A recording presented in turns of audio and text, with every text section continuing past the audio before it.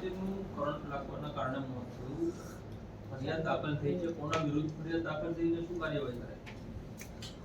ગઈ 8 સપ્ટેમ્બર 2025ના રોજ Narol police station વિસ્તારના મટન ગલીમાંથી એક્ટિવા લઈને પસાર થનાર દંપતીને રોડ ઉપર ખુલ્લા વાયરના કારણે કરંટ લાગવાથી મૃત્યુ થયેલું. તે દરમિયાન મરણ જનારના માતા હેતલબેન હરજીવનભાઈની જાહેરાત આધારે તેમને અકસ્માત મોત રજીસ્ટર કરી આગળની વધુ તપાસ હાથ ધરેલી. તપાસ દરમિયાન નિષ્કાળજી અને બેદરકારી જણાઈ આવતા ગુનો રજીસ્ટર કરેલ છે BNS 106(2) મુજબ અને આગળ 5 આરોપીઓને હસ્તગત કરી વધુ તપાસ હાથ ધરી છે. સાહેબ, કોની વિરુદ્ધમાં ફરિયાદ દાખલ થઈ છે? આરોપીઓનો રોલ શું સાબિત થઈ રહ્યો છે?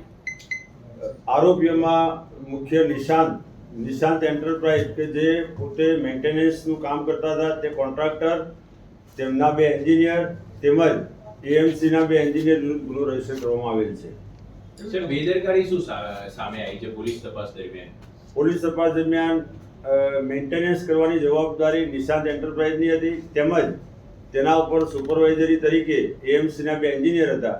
હાલમાં 5 જણને હસ્તગત કરી આગળની વધુ તપાસ ચાલુ છે. પોલીસ દ્વારા કઈ રીતે આગળની જે કાર્યવાહી છે તે કરવામાં આવી રહી છે?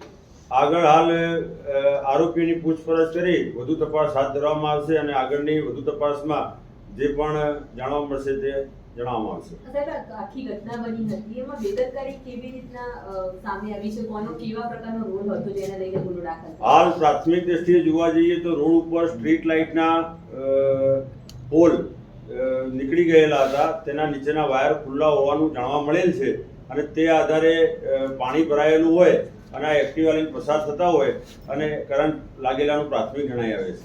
સાહેબ, આ મામલે જે 5ની અટકાયત કરી એમાં કોઈ રોલ સ્પેસિફાઈ થયો?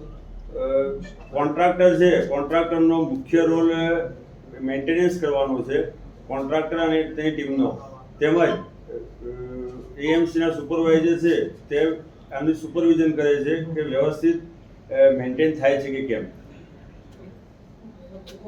Okay, thank you.